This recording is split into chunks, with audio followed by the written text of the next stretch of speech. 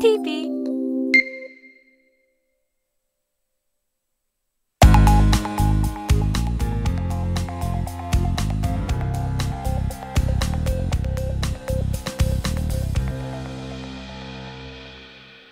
마침 PC방이니까.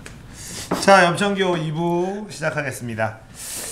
자, 2부에서는 김 기자님께서 숙명여고 문제 유출 논란 예. 건에 대한 이슈를 가지고 왔어요. 지금 제가 개인적으로는 뭐 저랑은 관계 없는 부서 얘기죠. 교육 쪽이니까, 그러니까 교육 사회 교육 이쪽이니까. 근데 개인적으로는 되게 관심이 많았던 사건이었어. 초기부터 그 문제 유출 나왔을 때부터. 그러니까 이 사건을 간단히 정리하면 아버지가 교무부장. 아버지가 이제 쌍둥이 딸이 그 학교를 다니는데 마침 또 쌍둥이 딸이 공부를 못하지 않았어. 잘하지도 못했죠. 그러니까 중간쯤 못하지 않았는데 그래서 상위권 아니었나요? 상위권 아니요, 중위권 이하 정도. 100등 이하였어요.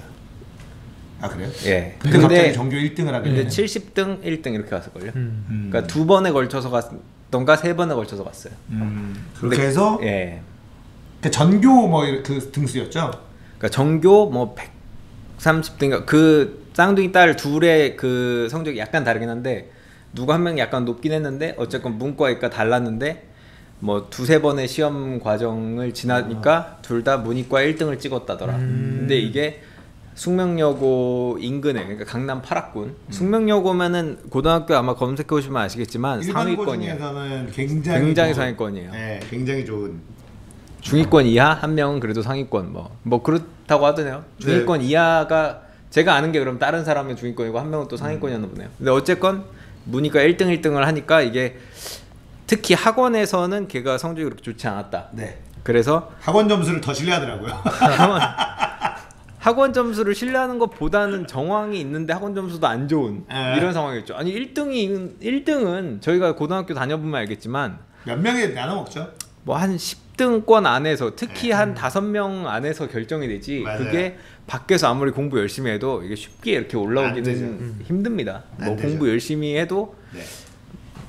반에서 뭐 한 5등까지 뭐 이 정도는 몰라도 전교 1등? 이거는 약간 1등 하는 예. 애들이 굉장히 열심히 하기 때문에 예. 그거를 네. 제끼기가 쉽지가 않죠. 네, 이미 이렇게 쌓여 있고 걔네들은 또 열심히도 하는데 그걸 걔네들이 따라잡기가. 갑자기 연애에 빠지지 않는 이상 그렇죠. 못 이겨요. 근데 동시다발적으로 연애에 빠지지 않으니까. 근데 그래서 이제 이 관심이 있었던 이유는 일단 교무부장이라는 그 자리가 과연 이 시험지가 볼 수 있느냐. 그러니까 그때 당시에 뭐 이렇게 논란 나오기 전에 그러니까 이런 좀 소문이 돌고 있을 때 물어봤어요. 실제 교사한테. 교무부장은 교장은 이제 대외적인 걸 많이 하고 실질적인 교내 원탑은 이제 교감. 그 다음에 넘버 2가 사실상, 그러니까 넘버 3가 교무부장이다. 학교에서 넘버 예. 3가. 그래서 시험지 같은 것도 결제하는 부분에 교무부장이 있을 정도로 볼 수밖에 없다.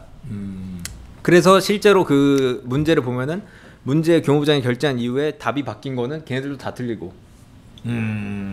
그래서 그게 하나의 정황 증거로 나왔잖아요. 문제가 그러니까 뭐 1번 답을 오답표를 보통 만드는데 이거 답이 바뀌었습니다 하고서는 이제 3번이라고 고쳤는데 그 3번으로 고치기 전에 1번으로만 얘네들이 다 쓴 거예요, 쌍둥이들은. 그래서 이게 또 정황 증거가 아니냐 그러는데 최근에는 또 어떤 메신저나 뭐 이런 데서 그러겠죠. 그 포렌식을 돌려서 뭐 결정적 증거를 잡았다. 이런 얘기까지 나오는데 나왔다고 해서 이제 수사를 받는데 딸내미 중에 한 명은 호흡곤란으로 병원에 실려가는. 그렇죠. 예. 실려갈 만할 것 같아요. 저는 이게 교육부, 그러니까 교육 당국의 대처나 학교의 대처나 다 문제가 있었다고 생각해요. 그러니까 예를 들면 이 정도가 이미 그 학부모들 사이에 돌고 막 썰이 돌고 뉴스가 뭐 크게 나오기 직전 애는 걔네들을 불러서 따로 문제를 한번 그 똑같은 시험지의 내용을 뭐 답을 바꿔서 한번 풀어보게 하면은 쉽게 그거를 좀 검증을 할 수 있지 않을까. 그 정도면은 뭐 답을 외워서 진짜로 그걸 풀었다면은 그거에 대해서 문제를 좀 느끼지 않았을까, 문제를 발각하지 않았을까 싶고, 두 번째는 이게 뭐 상피제라고 하잖아요. 그 교사와 뭐 학생은 따로 분리돼야 된다. 같은 학교에 있으면 안 된다. 근데 저도 당연히 이게 어떻게 같은 학교에 교무부장이라는 지위를 가진 사람이 뭐 매일 집에서 만나는 애가 어떻게 그렇게 같이 다닐 수 있냐. 근데 생각해보면은 어렸을 때 초등학교 같은 데는 있었어요. 누구 교사 네, 엄마 있었어요. 저도 뭐 이렇게 있었어요. 있었던 것 같아요. 네. 그래서 그 물어봤어요. 그랬더니 상피제 같은 건 없대요. 없는데 이유가 외진 학교 같은 경우에는 그런 부임했을 때 자식을 다른 데 보낼 수가 없대요. 네, 그렇죠. 너무 멀어서. 그래서 그렇게 그냥 따로 명문화 시키진 않았고 오히려 그런 얘기를 하더라고요. 만약에 진짜 상피제 없다 치자. 근데 믿을 만한 옆 학교 교사랑 같이 짜고 치면 그건 어떻게 잡을 거냐. 그것도 맞죠. 그러니까 우리나라는 기본적으로 제가 항상 문제라고 생각하는 게 저신뢰 사회예요. 맞아요. 이런 저신뢰 문제. 당연히 신뢰 있는 사람들이라면 신뢰감 있게 이런 거는 문제는 안 일으켰어야 되는데 이런 식의 문제를 일으키는 거. 그래서 저는 학종 같은 것도 반대합니다. 우리나라한테는 이게 아무리 좋은 제도라고 하더라도 각자의 나라에 맞는 그 정책이 있습니다. 예를 들면 어느 나라에서는 뭐 맥도날드가 잘 되지만 어느 나라에서는 맥도날드가 안 될 수도 있어요. 어느 나라에서는 한식이 잘 먹겠지만 어느 나라에서는 안 먹힐 수도 있고. 근데 그런 어떤 각자 개별적인 가치를 무시하고 학종이 완전히 선이다라고 할 수는 없을 것 같아요. 맞아요. 그게 지금 그 이번에 숙명여고 문제 유출을 한 것도 사실은. 예. 그러니까 지금 그 딸내미 중에 한 명이 호흡곤란으로 병원에 갔다라고 하는 예. 거예요. 많은 분들은 또 심신미약에 뺑기를 쓴다고 예. 근데 저는 그 고등학생 그래도 고등학생이잖아요. 예. 정말 전국의 온 국민이 관심을 갖는 사안의 잘못을 네. 본인이 저질렀다는 걸 알고 있으면 호흡곤란이 올 수밖에 네. 없다고 봐요. 저도 그래서 네. 초기에 대응이 너무 아무리 그래도 이게 문제 유출을 해서 잘못을 했다고 하더라도 그거보다는 고등학생이 얼마나 큰 심적인 고통을 겪고 있을까도 당연히 생각하게 되더라고요. 이게 그쵸? 죄는 처벌하지만 진짜 이러다 잘못된 비극적인 선택을 한 거 아닌가라는 생각을 할 정도로 이 솔직히 정도로 그 걔네들의 인생 거의 끝났죠. 예. 고등학교 3학년에서 그냥 끝나버렸어요. 얘네들은 예. 뭘 할 수 있겠어 그 상황에서. 벌은 받아야 되지만 네. 그 이상으로 우리가 근데 너무 문제가 크긴 했죠. 근데 하여간 아버지가 예. 너무 그러니까 아버지가 그 교육자라는 사람이 네. 전혀 진짜 해서는 안 될 행동을 한 거예요. 그러니까 그게 저도 이제 그런 생각을 했거든요. 아버지가 선생님인데 교무부장까지 갔으면 선생님이 오래 한 거고. 네. 근데 이런 짓을 저질렀다라는 건 예. 간이 아주 크거나 예. 만연해 있거나. 만연해 있지 않을까요? 저도 그 생각을 거기에 한 그럴 것 같아요. 나만 하는 게 아니니까 네. 이 정도면은 뭐 다들 하니까 예. 이런 느낌이 좀 네. 드는 그 거죠. 자식들- 걸리면 자식 인생을 그냥 박살내는 건데요. 절대 안 걸릴 단 자신이 있지 않는 한. 네. 근데 인생을 조금 쉽게 빠르게 가게 해주려다가 진짜 그 고속도로의 그 네. 표지판처럼 30분 빨리 가려다 30년 빨리 간다는 맞아요, 것처럼 맞아요. 그 미성년자인 애들이 좀 걱정되는 부분도 있더라고요. 저도 그게 그렇긴 해요. 그러니까 뭐 자식들도 동조한권이 1등 찍는 거 아니냐. 예, 그거야 당연히 저는 뭐 시험 문제를 보여주는데 안 볼 사람이 누가 있어요? 아빠 저는 열심히 공부할래요. 이럴 사람 저는 없거든요. 치우세요. 저는 타협할 수 없습니다. 예. 이게 가능하냐고요? 불가능하지. 갑자기 이렇게 딱 내미는데 어. 안 본 걸로 하겠습니다. 예, 넣어두세요. 뭐 이러지는 못하잖아요. 그런 거는 사실 되겠습니까? 근데 어쨌든 이게 이번 그 숙명여고 문제 유출이 결국은 지금의 입시제도가 예. 문제이기 때문에 생긴 거잖아요. 예를 들면 지금처럼 내신으로만 학교를 가는 상황이 아니었다면 네. 이 주작질을 할 그렇죠. 필요가 거의 없죠. 네. 뭐 수능이라는 거는 거의 조작이 불가능하다고 그렇죠. 봐야 되니까 그렇죠. 그거 수능 같은 거가 없으니까 수능이라는 시험이 없으니까 결국은 이런 문제가 결국 나타난 건데 그러니까 근데 지금 보니까 2019년도 대입이 수시가 한 75%? 예. 그러니까 정시가 엄청 줄어들고 예. 수시로 너무 많이 뽑는 거예요. 예. 그러니까 학종은 더더군다나 중요해질 수밖에 없고 예. 정시로 들어가기는 또 너무 힘들어지는 거죠. 그래서 저는 많이 안 뽑으니까. 항상 주장하는 게 우리나라 수준에 딱 맞는 거는 수능 나래비다. 그냥 1등부터 그냥 60만 등까지 해서 가는 거지. 그러니까 물론 수능도 뭐 교수들이 뭐 그 안에 감금돼 있다지만 누가 감금된다는 걸로 대충 문제가 뭐 나오는 걸로 파악한다. 뭐 현대문학이 나온다. 뭐 고전문학에 누가 나온다. 뭐 이렇게 한다는데 그 정도 하고 문제를 아예 뭐 보여줘서 이거라는 거랑은 완전 상황이 다른 문제라 네. 저는 지금 아직까지는 우리나라가 그렇게 믿을 수 없는 좀 많은 부분들이 있기 때문에 차라리 수능하는 게 낫지 않나 싶어요. 저는 개인적으로는. 저도 저도 그러니까 제가 대학교 다닐 때는 수능 70, 내신 30. 예. 딱 이렇게 했거든요. 그리고 70. 수시는 없었고 예. 내신에 뭐 농어촌 전형에서 뭐 예. 따로 이제 특별 뽑는. 전형으로 뽑는 뭐 이런 게 있었고 나머지는 다 그냥 그거였거든요. 그리고 예. 저 때는 이제 그거가 대학들이 변별력이 떨어진다 예. 해서 왜냐면 내신도 못 믿는다. 본고사. 그래서 본고사가 있었고 예. 그런 세대였는데 예. 그게 맞는 것 같아요. 차라리. 그러니까 지금 우리가 다들 잊고 있지만 수능 때도 욕을 많이 했어요. 그쵸. 수능 때 욕을 안 한 게 아니에요. 이 무슨 애들 줄 세우기, 네. 너무 많은 그 교육 스트레스를 준다. 이렇게 해서 많이 욕도 했죠. 근데 저는 그렇게 생각해요. 이게 같은 공평한 차라리 운동장에서 운동하는 게 낫지. 같이 그 경쟁이 치열하다 이거는 뭐 잘은 모르겠어요. 저는 그렇게 열심히 공부를 안 해서. 네네. 근데 어느 한쪽에게 유리할 수 있는 가끔 이렇게 들쭉날쭉한 그런 운동장은 그거는 좀 아니지 않나. 근데 이게 수능이 욕먹었던 이유 중에 하나가 저거잖아요. 애들이 학교 공부에 집중을 안 하니까. 예. 학원에 집중을 하다 보니까. 수능 잘 보려면은 저 잘 가르치는 학원 선생한테 가서 배우면 되지. 예. 왜 학교에서 공부를 하는가? 예. 이것 때문에 아마 내신을 많이 돌린 걸로 저는 이해를 하는데 다시 그걸 또 이렇게 돌려버린다면 안 그래도 지금 선생님들 그래서 권위나 저는 이런 게 그렇게 낮은데. 생각을 해요. 우리나라가 네. 문제가 뭐냐면 영어 교사 뭐 토익 쳐보니까 뭐 영어교사 800점 못 넘는 사람들은 수두룩 뭐 이런 기사 있잖아요. 뭐 700도 못 내는 사람도 네. 뭐 있다. 뭐 심지어 600도 안 되는 사람도 있다. 600이면 진짜 영어 뭐 가르칠 요즘 애들한테 가르칠 만한 수준도 아닌 건데. 그렇죠. 그러면은 그런 사람들을 내치지 못하니까 결국 점점 자질은 떨어지고 그리고 교사들도 막 할 말은 있어요. 아니 그렇죠. 잡무가 너무 많다. 맞아요. 그 얘기도 있죠. 아니 잡무를 하다 보면은 수업 준비 자체가 불가능하다. 그러니까 저는 생각하는 게 자질 시험을 봐서 너무 안 되는 사람들은 잡무로 투입해라. 그것도 방법 중에 하나죠. 예, 그 잡무만 전문적으로 봐주면은 그거 그렇죠. 낫지 않겠냐. 잘 가르치는 선생은 수업에 예. 집중하고 예. 못 가르치는 선생은 예. 회사의 업무에 집중하고. 예. 예. 근데 그게 지금은 어떤 마치 소위 말하는 철밥통처럼 절대 건드려서 안 되는 성역 혹은 뭐 감히 어디 뭐 교사 우리 선생님의 교편을 이렇게 얘기하니까 뭐 건들 수 없는 영역처럼 보이는데 저는 뭐 미국식이 다 옳다 이런 건 아니지만 흔히 이런 말 하잖아요.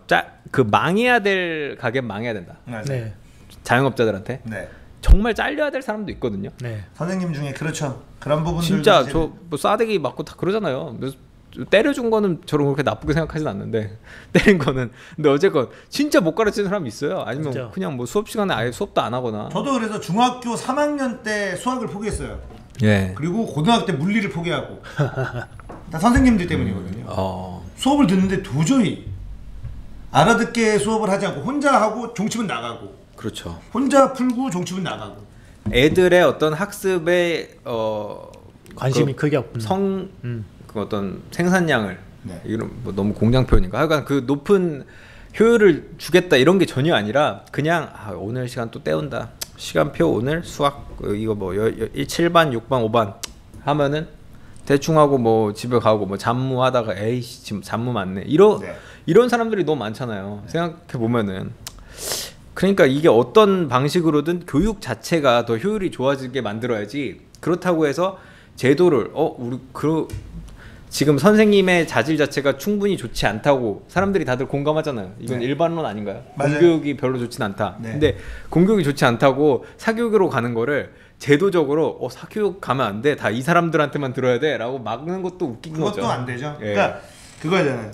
수능으로 했더니 사교육을 많이 받는 애들이 수능 점수가 높더라. 예. 그래서 수능 비중을 낮추고 수시로 해가지고 다양한 루트로 대학을 들어갈 수 있게 만들자라는 예. 판타지를 꿈꾼 거예요. 근데 다양한 루트로 대학을 가도록 만들어보자 했더니 다양한 루트의 사교육만 성행하고 그쵸. 다양한 루트의 비리 방법만 성행하고 네, 그리고 이게 이 학종으로 학종을 통해서 수시로 대학을 가는 게 요즘은 초등학교 때부터 사교육에서 인생 컨설팅을 해줘요. 이렇게 살면 좋은 대학을 갈 수 있다. 그러니까 이 사교육에 대한 양극화가 옛날 수능 때는 EBS와 수능을 뭐 몇 퍼센트 연계하겠다 그러면 네. 돈 없는 애들이 EBS 강의 들으면서 그나마 어느 정도 쫓아가서 예. 어느 정도까지 쫓아갈 수 있고 그 상위권은 그 당시에도 사교육 많이 받는 애들이 더 좋은 사교육을 받는 애들이 수능 점수가 더 높게 나오는 건 그건 어쩔 수 없어요. 자본주의 아니면 사회에서. 그냥 머리가 진짜 좋거나.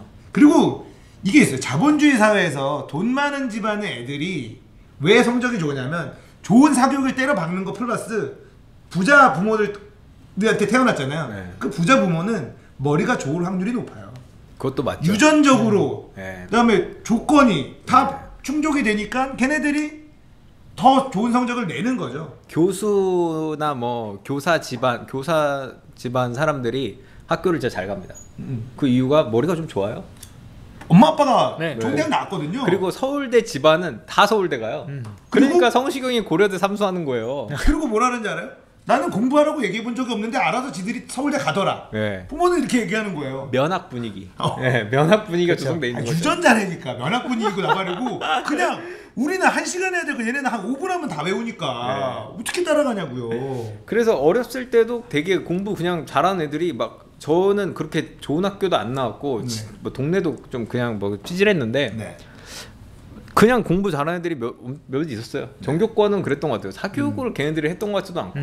예, 그래서 뭐 저는 하여간 이 문제에 대해서는 좀 우리가 제도에 대해서 한번 생각해 볼 필요가 있지 않나. 그러니까는 우리나라가 어쨌든 짧은 시간에 민주화도 그렇고 경제도 그렇고 짧은 시간에 엄청난 성장을 했잖아요. 예. 근데 그 어떤 기반이 예. 사실은 교육열인데 예.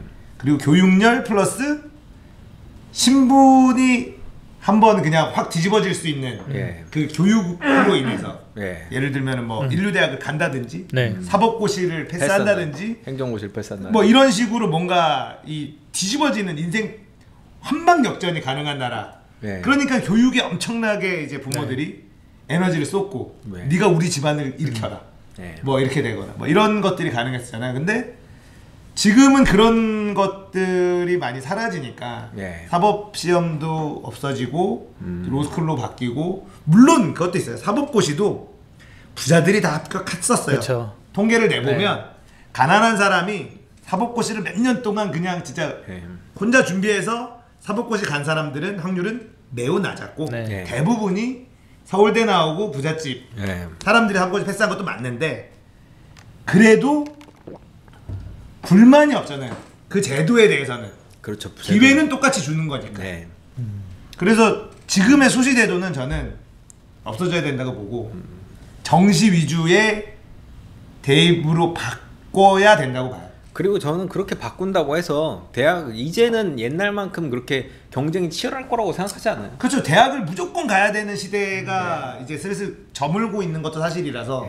그리고 산불 정책 이런 것도 저는 어느 정도는 손볼 필요가 있지 않나. 뭐 아까 잠시 쉬는 시간에 어떤 기부 입학 문제 얘기하셨는데 저는 언제나 자본주의는 자본주의답게 대학도 돈 내고 들어가고 돈 많은 사람이 돈 내고 들어가는 거죠 뭐.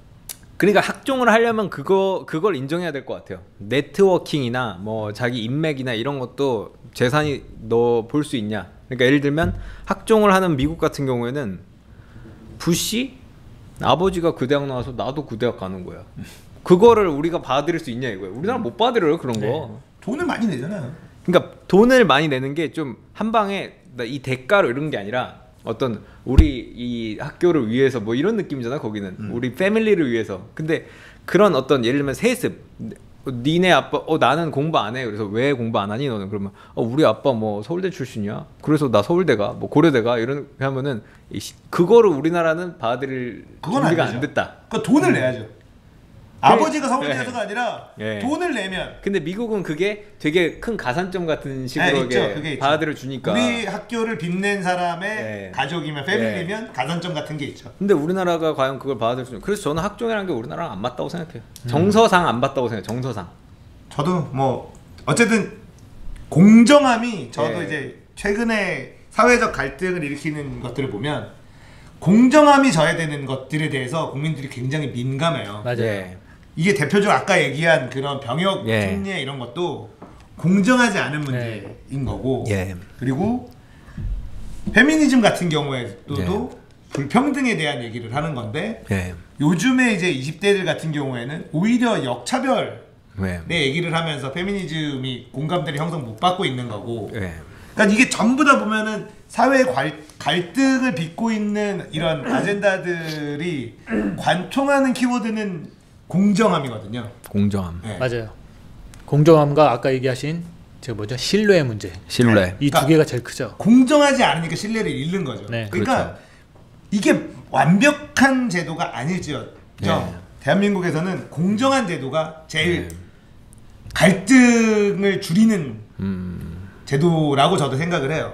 그러니까 공정하다는 건 억울하면이라는 말이 있죠. 억울하면 너도 해. 근데 지금의 이런 불공정한 제도는 억울하면 뭘 할 수가 없어. 그렇죠. 네. 그러니까 억울한 거죠. 네.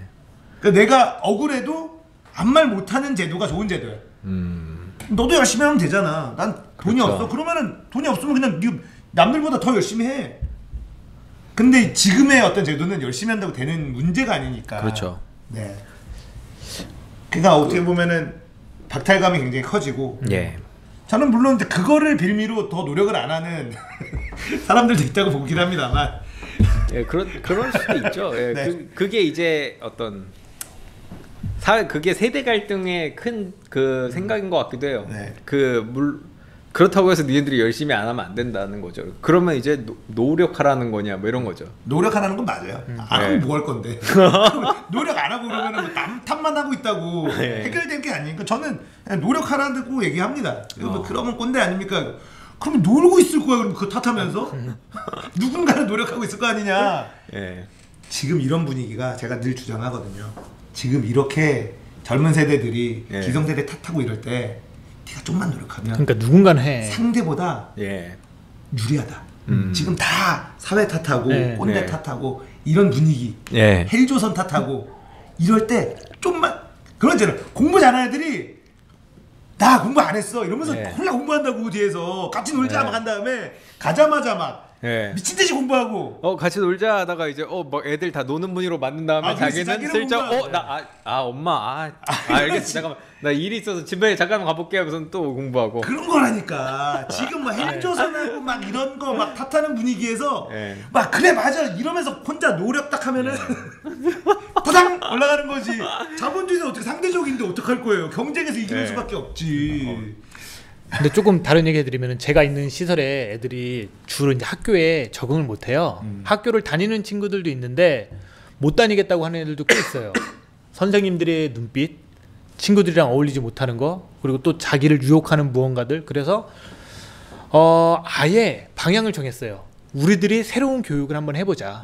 그러니까 앉아서 공부가 아닌 정말 사회인으로서 무언가를 할 수 있는 거를 한번 해보자고 이것저것 준비 중이거든요. 그러니까 아예 이렇게 얘기하면 되게 욕먹을 수 있는데 지금 얘기하신 것들 다 치워버리고 하나하나 게임 잘해? 그럼 게임 쪽으로 뭐 해보자. 글 쓰는 거 좋아해? 그럼 이렇게 해보자. 어차피 인성은 여기서 배우면 되니까 선배들한테 배우면 되니까 요걸 한번 해보고 있어요 저희가. 이제 시작 단계라서 모여서 이렇게도 해보고 저렇게도 해보고 스페인에서도 지금 이런 하는 분들 와가지고 서로 같이 쿡닥쿡닥 해보고 있거든요.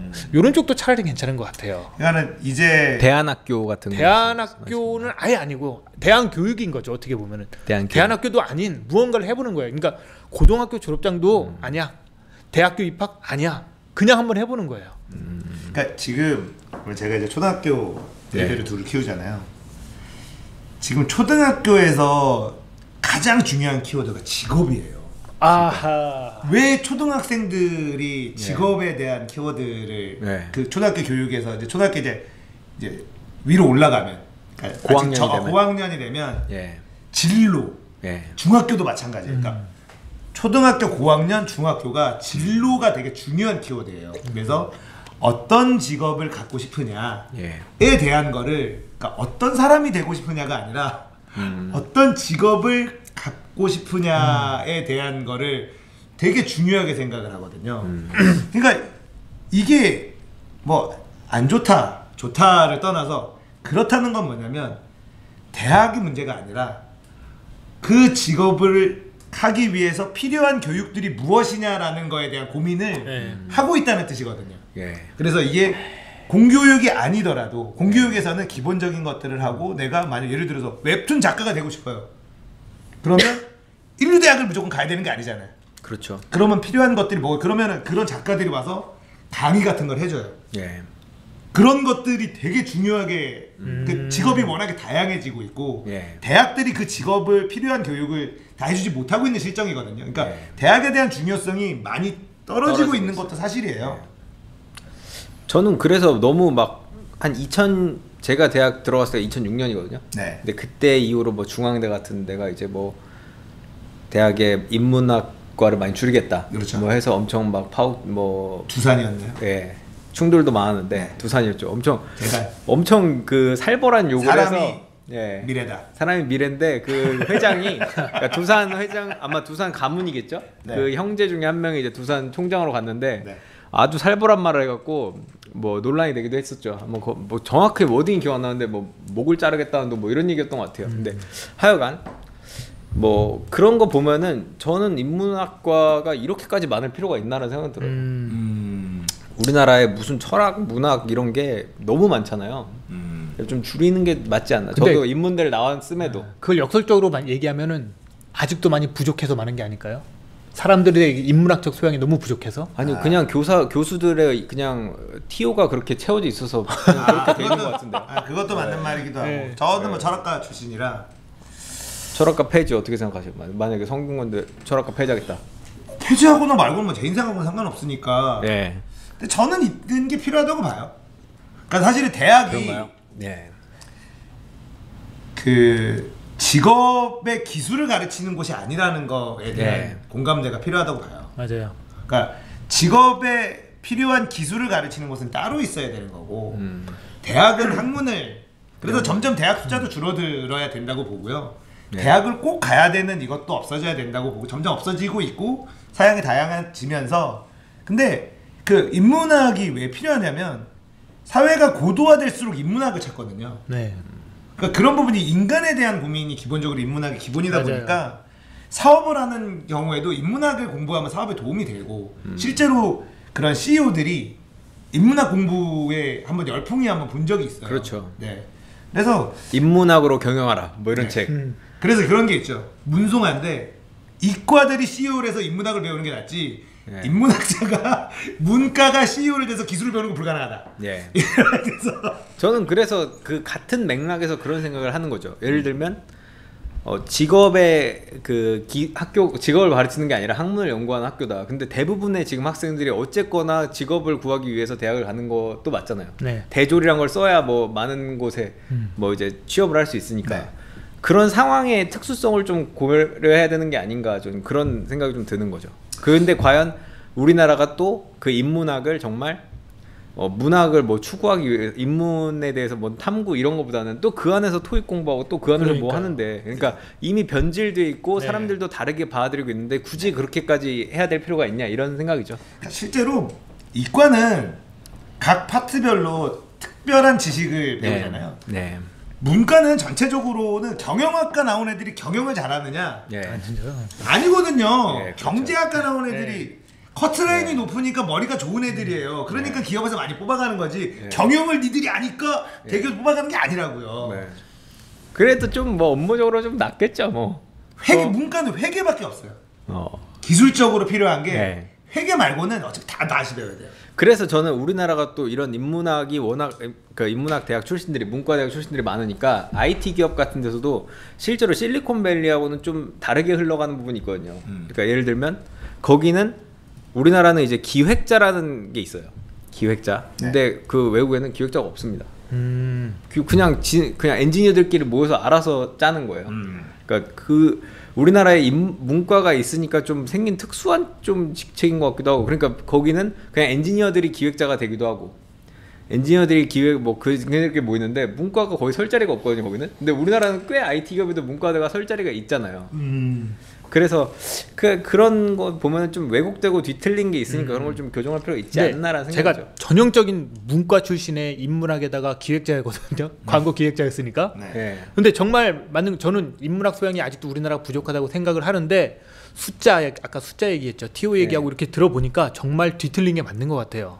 충분히 양이 많은 것 같기도 하고 인문학 얘기도 많이 하는 것 같지만 그거를 받아들이는 사람이 이거를 통해서 내가 무엇을 얻을 수 있지라는 생각만 하는 것 같아요. 그러니까 너무 저는- 멀리 갔나? 저는 그러니까 이런 거죠. 그러니까 예를 들면 정의란 무엇인가? 로버트 샌델인가요? 마이클 샌델. 예. 교수의 그 명저죠. 정의란 무엇인가? 우리나라에서 아마 제일 많이 팔렸을 거예요. 그거를 전 세계에서. 안 읽으면은 약간 유행에 뒤처지는. 근데 그거 끝까지 읽은 사람 아무도 없을 걸요. 분위기가 그래서 저는 안 읽었어요. 다 사는데 누구 친구 집에 가면 책장에 꽂혀 있어. 읽어봤니? 읽어봤니? 안 읽어본 사람 너무 많아요. 네. 그러니까 그냥 그 하나의 소비의 방식으로만 소비하는 거지. 네. 진짜 인문에 대해서 고찰을 하거나 그러니까요. 그런 것도 없고, 그리고 그게 그 대학에서의 그 가르쳐 주는 걸로 될 것 같지도 않아요. 그래서 저는 근데 그 인문학에 대해서 그러니까 이게 사실은 이 얘기 너무 길어지면 사실 이게 네. 근데 인문학이 그러니까 교육이라는 게 꼭 예. 무언가를 필요로 해서 배운다는 생각에서부터 출발하는 것 같아요. 지금 이제 김 기자님의 얘기는 그 제가 만약에 마르크스의 자본론이라는 책을 읽었어요. 예. 왜 읽었겠어요? 심심해서.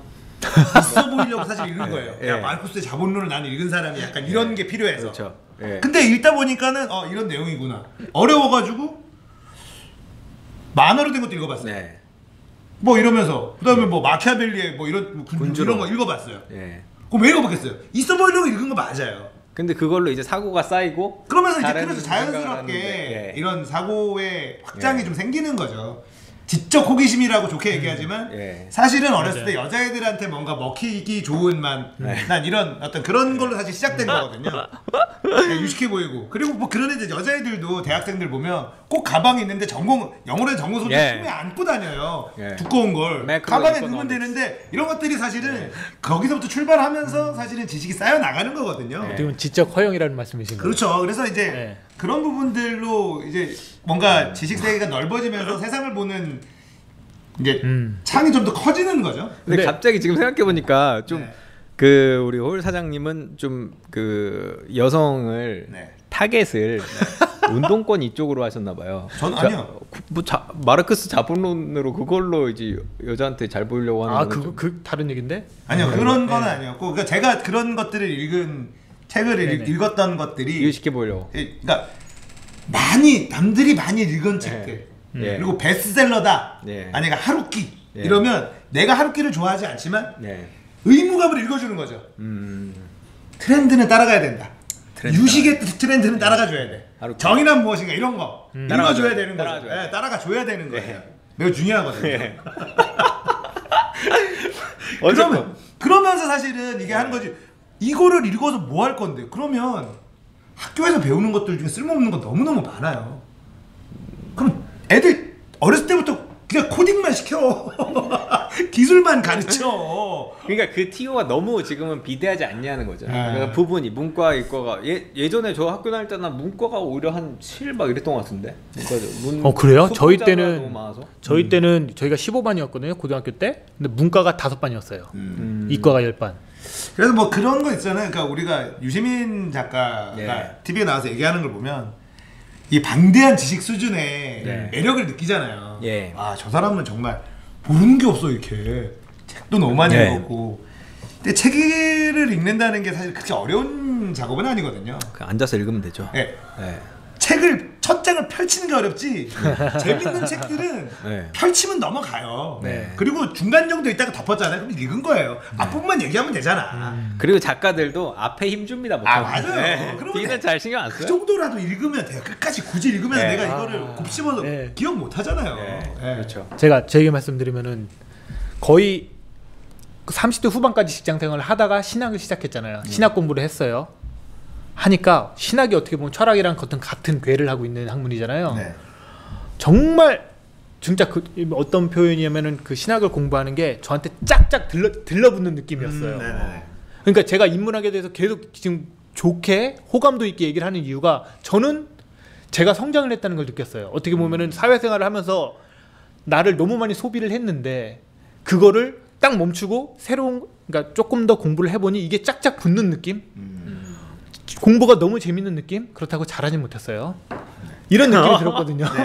예. 그러다 보니 저는 인문학에서 어쩔 수 없이 계속 호감일 수밖에 없어요. 긍정적인 표현을 내올 수밖에 없고요. 그리고 아까 어떤 분이 얘기하셨는데 그 비트코인 한참 얘기할 때 정젠슨 박사랑 유시민 약간 둘이 얘기를 했는데 저는 100% 유시민 작가의 결과도 승이었죠. 네, 지금 저는 현재 그쪽이 나오는 무조건. 거예요. 예, 기술적으로 어쩌고 이건 중요치 않은데 그때 사람들의 마인드는 마치 예전 대선 때 이명박을 찍어야 한다는 마인드랑 똑같았어요. 이쪽으로 이미 다 쏠렸어. 나머지는 중요치 않고 이게 나의 이득이야. 네. 하지만 잘 생각을 해보면 그거는 탐욕이거든요.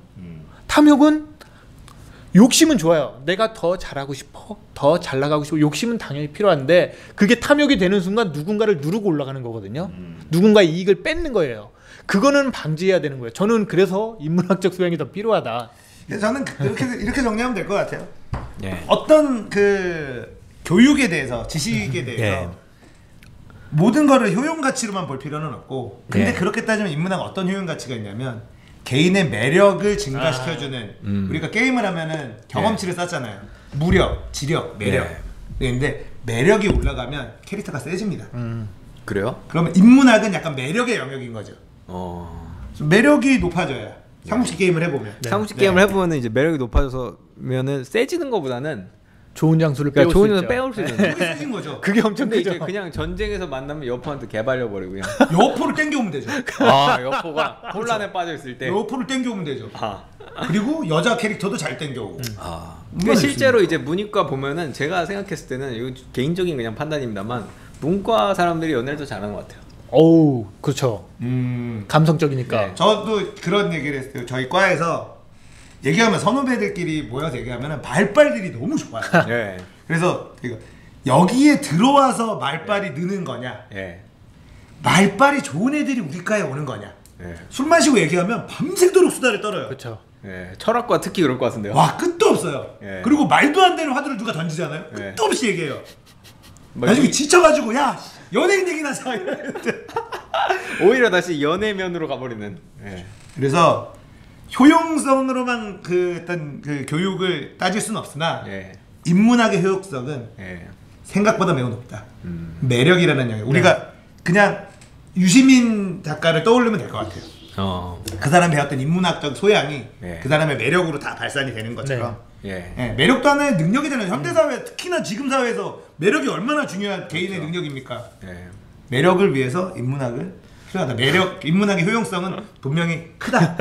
이게 약간 편견일 수도 있는데 네. 자꾸 이거 이제 끊어야 되는데 자꾸 그 얘기가 나오는데 왠지 매력을 굉장히 높인 네. 철학과가 할 일은 뭔가 핸드폰을 팔거나 보험을 영업하거나 보험 영업 이런 쪽 잘하실 것 실제로 같아요. 많이 있어요. 그러니까 영업직 같은데 많이 있어요. 보험 영업 억대 연봉들 많잖아요. 뭐 그런 분이 좀 철학과 네. 아닐까 싶고. 알겠습니다. PC방.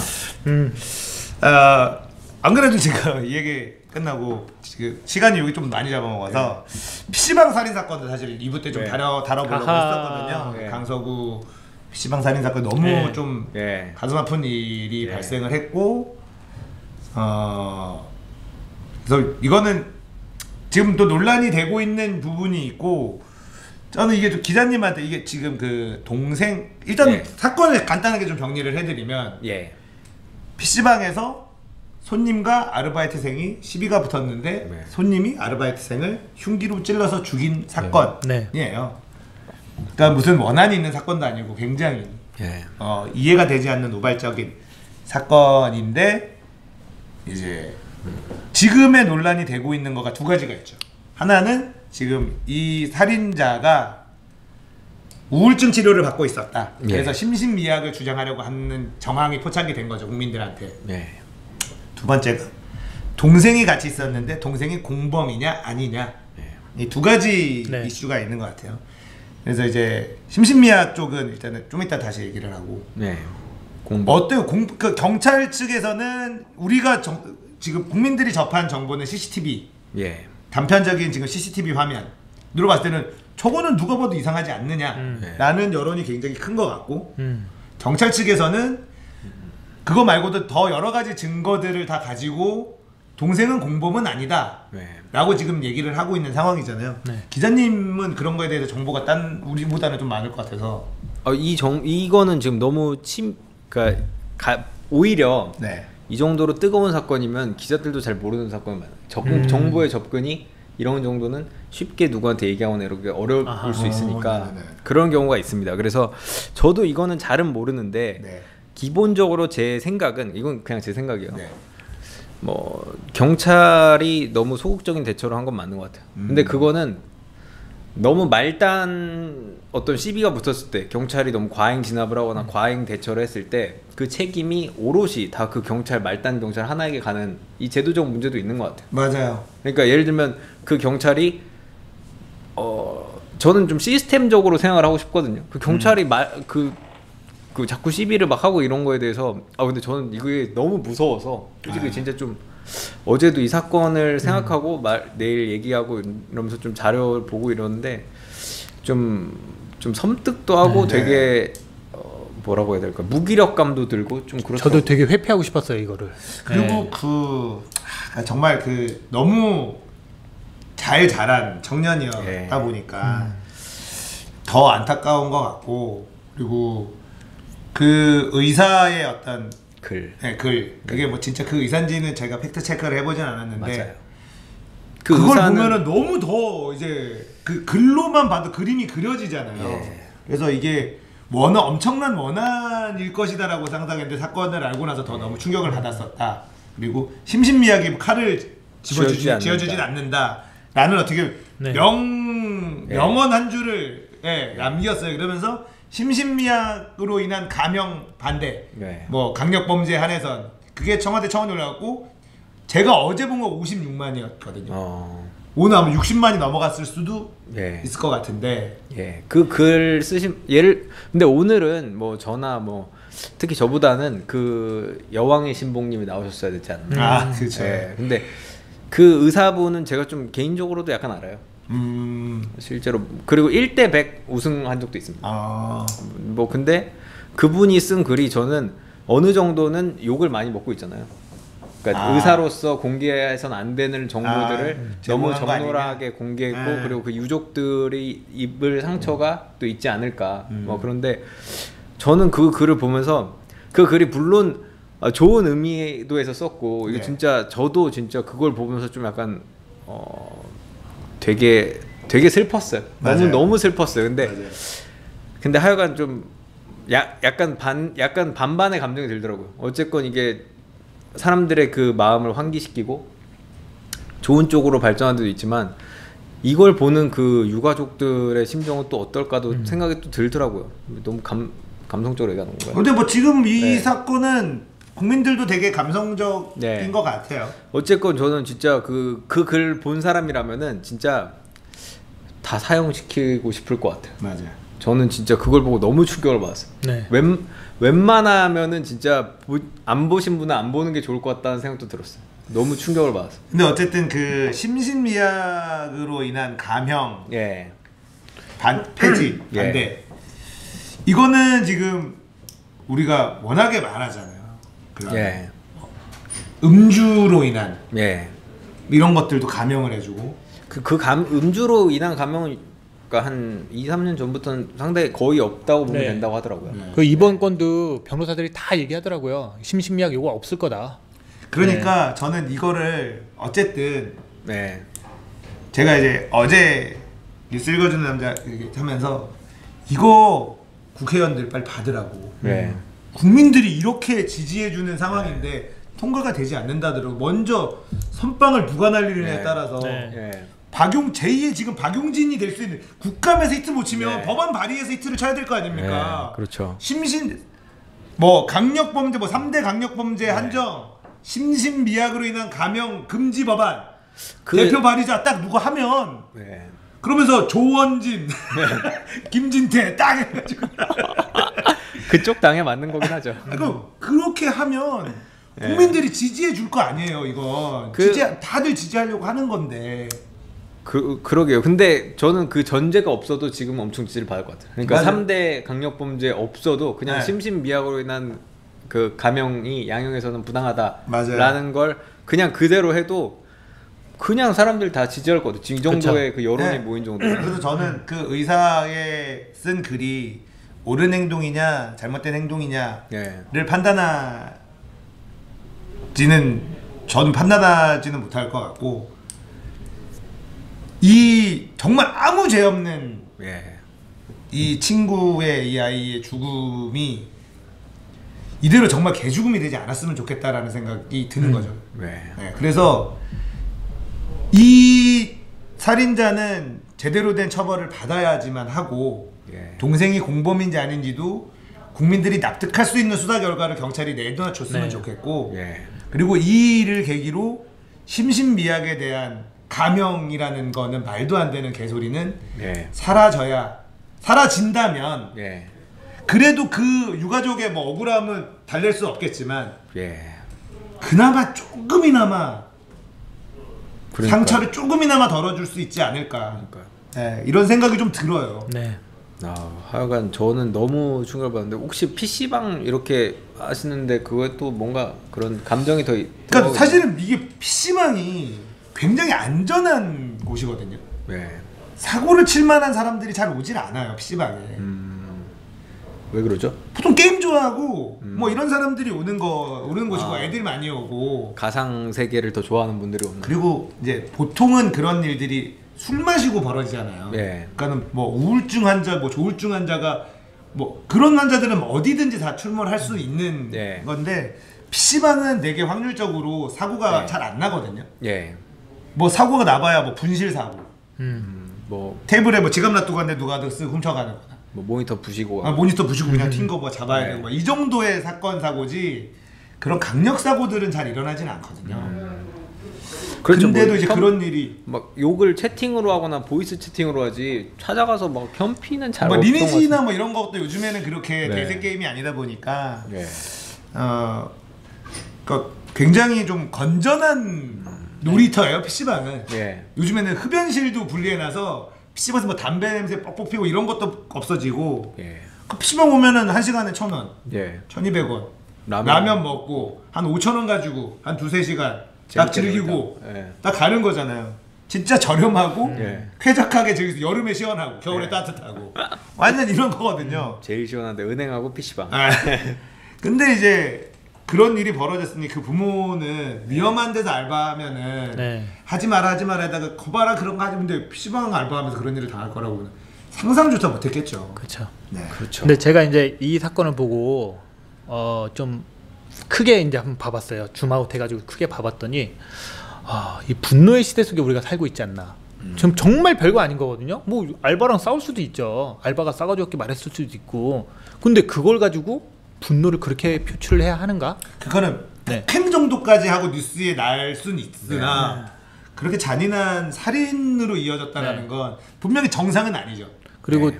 제가 있는 곳이 또 이제 폭력으로 온 애들도 많으니까 아이들 보면은 대부분이 분노 조절 장애를 가지고 있거든요. 근데 분노 조절 장애가 뭐냐면요.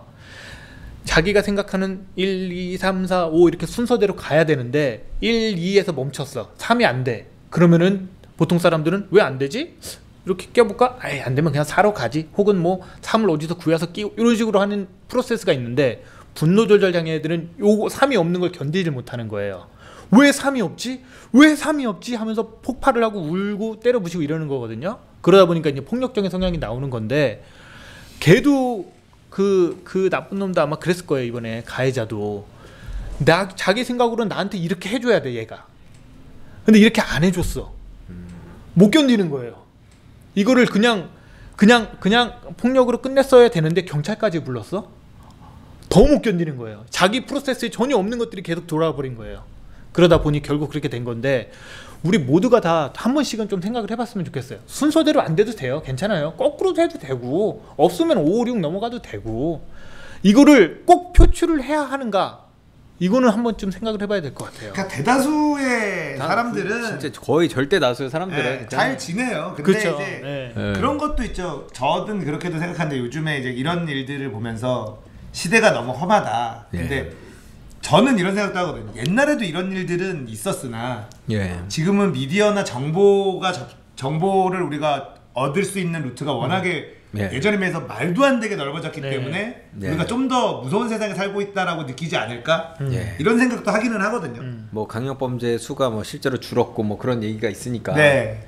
근데 그거를 너무 생생하게 우리가 CCTV 그렇죠. 등 뭐 혹은 뭐 정보를 접할 수 있는 게 예전에는 신문에서 텍스트로만 접할 수 있었고 네. 뭐 몇 절 며칠에 누가 뭐 어떤 네. 뭐 다툼이 벌어져 뭐 사망했다 뭐 그렇죠. 이렇게만 하는데 지금은 영상 예. 뭐 이런 그 것들이 소셜 미디어 그 SNS에 올리신 의사분도 예를 들면 그 지금 같이 이런 사회가 아니었으면은 그냥 블로그에 하나 올리면 끝 거의 자기 화제가 안 일기장에다가 되고. 쓴다고 해서 네. 사람들이 아무도 모르니까. 아니면 뭐 싸이월드 일기장에 쓰거나 이 정도까지는 뭐 아무런 사람들이 그렇게 지금까지 접근이 안 됐을 텐데 네.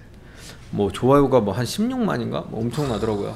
그만큼 사람들이 그러니까 하여간 그 글은 너무 저는 약간 그 문제가 있을 정도라고 생각을 했어요. 너무 과한. 근데 어쨌든 저는 그 한 줄 예. 네, 심신미약이 네. 손에 칼을 쥐어준 건 아니다. 아 그거는 네. 그러니까 옳은 말인 것 여기서부터 같아요. 사실은 많은 국민들 그 글을 읽은 국민들이 그 의사가 의사로서의 이게 옳은 행동이었냐 아니었냐를 떠나서 그 한 줄에서 오는 임팩트가 굉장히 강했다고 봐요. 그래서 심신미약에 대한 감형은 정말 없어져야 된다라는 전 국민적인 어떤 공감대를 형성하게 한 네. 예. 예, 문장이었다고 보는데 예. 아, 저녁 있는 삶 같은. 네. 예. 그래서 정말 지금 국회의원 여러분 발의하세요. 빨리 선빵 필승입니다. 네. 이거 지금 당장 발의하세요. 선빵 필승입니다. 나 다음에 공천 못 받을 것 같아 라고 생각하는 분일수록 예. 빨리. 만약에 이은재 의원이 그거 또 와 이거 힘든데. 그래요. 근데 어쨌든 네. 예. 그러니까 빨리 좀 좋은 분들이 선빵처럼 이인재 의원이 예, 이은재 의원이. 아니 선빵. 이은재 말고 이인재 의원이 만약에 데리고 온다면 이인재? 갑자기 이인재는 의원도 아닌데요? 아닌가요? 그러니까. 네. 의원도 아닌가요? 네. 네, 뭐 밖에서 시민단체에서 그런 활동을 하신다면. 아무튼 예. 지금 국민들은 네. 확실한 건 그러니까 지금의 어떤 청와대 청원 예. 이 제도가 예. 저는 굉장히 긍정적인 것 같아요. 네. 국민의 여론들을 청와대 이게 입법의 영역인데 네. 청와대 갈 수 있는 건 아무것도 없잖아요. 네. 네. 저는 되게 의미 없다고 요즘 생각이 드는데. 근데 이걸로 국회의원들이 움직인다면 의미가 있는 거죠. 그러니까 여론을 모으는 역할을 하는 허브가 되는 거죠. 아. 그러니까 이게 갑자기 이 짧은 시간에 20만이면 대답을 해주는 네. 이걸 했잖아요. 근데 56만, 60만 이렇게 찍으면 네. 이 정도면은 그러니까 정말 여론조사를 홍준표 대표는 못 네. 믿어 못 믿는데 이거를 못 믿을 수는 없지 않느냐. 확실히 그러면 지지해줄 사람들이 많다는 증거가 된다. 그렇죠. 이걸 가지고 법안 발의를 예. 만약 그렇게 해서 국회의원들이 움직인다면은 의미가 분명히 있다라고 보는 거죠. 저 순간 그거 담당자가 나였다면이라는 생각이 들었어요. 그 국민청원 게시판의 담당자. 아 그거 글 보는 것도 힘들고 모으는 것도 힘들고 원래 공무원 자리에서 제일 힘든 게 취합해서 보고해서 다시 받아서 뿌리는 거거든요. 네. 아 진짜 힘들겠다 순간적으로. 그냥 저는 그러니까 뭐 기자들 언론사들은 뭐 청와대 청원 싫어한다 그러는데 청와대 청원 좋아해요. 청와대 청원만 맨날 보는 기자들도 있어요. 그것만 맨날 뭐 싫어한다고 생각하시는 건 좀 이해가 안 되는데 그것만 맨날 쓰는 기자도 있고 근데 그건 좀 욕을 먹어요. 이게 과연 뭐 150명의 청원이 있었다는데 되게 이상한 자극적인 청원들 있잖아요. 뭐 그런 것도 보도하고 뭐 이러면은 이게 뭔 기사야? 이게 뉴스거리야? 뭐 이러기도 하는데 어쨌건 근데 다만 이런 거예요. 청와대 청원을 그렇게 많은 사람들이 모여서 막 했던 리스트 보면은 해결된 게 크게 없다는 게 좀 아쉽다는 없죠 거죠. 거의. 그런 부분들이 뭐냐면 청와대 영역을 넘어간 네. 청원들이 네. 많으니까 네. 그런 거를 사실 대부분 국회의원들이 할 수 있는 국회에서 할 수 있는 것들이 많잖아요. 네. 법안으로 해결해야 되는 그쵸. 부분들. 그러니까 청와대는 행정적으로 할 수 있는 것들은 사실은 네. 그 올라오기 전에 네. 먼저 선박으로 칠 수 있는데 네. 답답한 것들은 사실은 청와대 청원에 올라오는 것들을 국민들이 이거 나온 지가 언젠데 왜 안 해주냐. 네. 정권 바뀌면 할 줄 알았는데 왜 안 해주냐 이런 것들이 올라오는데 그거는 이제 국회의 영역인 부분들이 많아서. 그러니까 그리고 또 어떻게 보면은 국민들이 여론이 호도돼서 가는 것들도 있거든요. 예를 들어 김보름 옛날 뭐죠 스피드 스케이팅 네. 그건 어떻게 해줄 수가 없는 거예요. 그렇죠. 그런 네. 것들 그러니까 거의 분풀이지 그런 거. 그러니까. 국민들 분풀이용으로 예. 쓰는 거죠 그런 것들은. 분풀이요. 네, 분풀이 같은 경우로 쓰는 거고. 네. 사실 그런 창구는 필요하잖아요. 그렇죠. 네, 임금 네. 임기는 당연히 네. 할 수 있어야 되는 그냥 거고. 뭐 예를 들면 뭐 무슨 공인 인증서나 뭐 아이핀이나 이런 것처럼 국가 커뮤니티 하나를 만드는 네. 셈이에요. 네. 그런 식으로. 근데 이거를 청와대가 본다. 요것만 해도 사람들 그렇죠, 입장에서는 들어준다라는 네. 그러니까 네. 제가 그런 얘기 했거든요. 정치인들은 국민들을 끌고 가는 사람이 아니라 네. 국민들이 어디가 아픈지 들어주는 사람이고 예. 아프면 만져주는 사람이다. 그게 정치인들이 해야 될 일이다. 그러니까 지금은 이 PC방 살인 사건으로 해서 온 국민이 지금 굉장히 아파하고 있단 말이에요. 그렇죠. 아픈데 심신미약으로 감염까지 받으면 우리는 많이 아플 거야. 그러니까 이거 없애줘라고 국민들이 다 얘기하고 있으니 국회에서 움직여주면 되죠. 네. 예. 정말 감각 있는 사람이라면 움직일 텐데. 예. 빨리 움직이는 게 이건. 예. 요즘에 선즙 필승이란 말이 있듯이 요거는 선방 필승입니다. 이건 댓글에 정말... 나오는데요. 박영선 의원이 영선이 누나 그래도 지지하지 않을까? 이거를 대표로 들고 나온다면? 지지하겠다. 영선이 누나 정도면 영선이 누나 이미지는 일은 잘하는데 그러니까 영선이 요 누나가 인식이라서 내부 총질하는 것 때문에 간 보고 이래서 짜증나지. 일만 잘하면 우리 편이면 든든해. 일 잘하고 적군이 있다 더 짜증나요. 이번에 머니투데이라는 매체에서 더300이라는 국회 전문 그런 매체가 있는데 거기서 평가하는 스코어보드가 있어요. 국감 스코어보드에서 1위 했더라고요, 박영선이. 세다니까 전투력이 어마어마해요. 아나운서 출신이나 말도 잘하고 이제 체급도 높아져가지고 웬만한 애들이 건들지도 못하고. 근데 이제 그게 본인의 권력욕 때문에 내부 총질하면서 이러면서 이제 스트레스를 받지. 일은 잘한다. 아군이면 엄청 든든하죠. 내가 아군이라고 생각하면 근데 세월호 때 헛발질해서 그러지. 적군이라고 생각하면 아군도 아니고 좀 애매해서 그런 거죠. 그렇습니다. 그러면 2부 여기서 마무리하도록 하겠습니다. 3부 때는 말이죠. 기자왕 김 기자님의 탐사보도 연예인 성매매 관련된 그렇죠. 이거는 정말 주진우급 탐사보도 여러분 기대하세요. 그분은 더 열심히 하시겠죠. 연예인 성매매입니다. 소소한 단독 보도 같은 거죠. 잠시 쉬었다가 3부로 돌아오겠습니다. 여러분 염청규 함께하고 계십니다.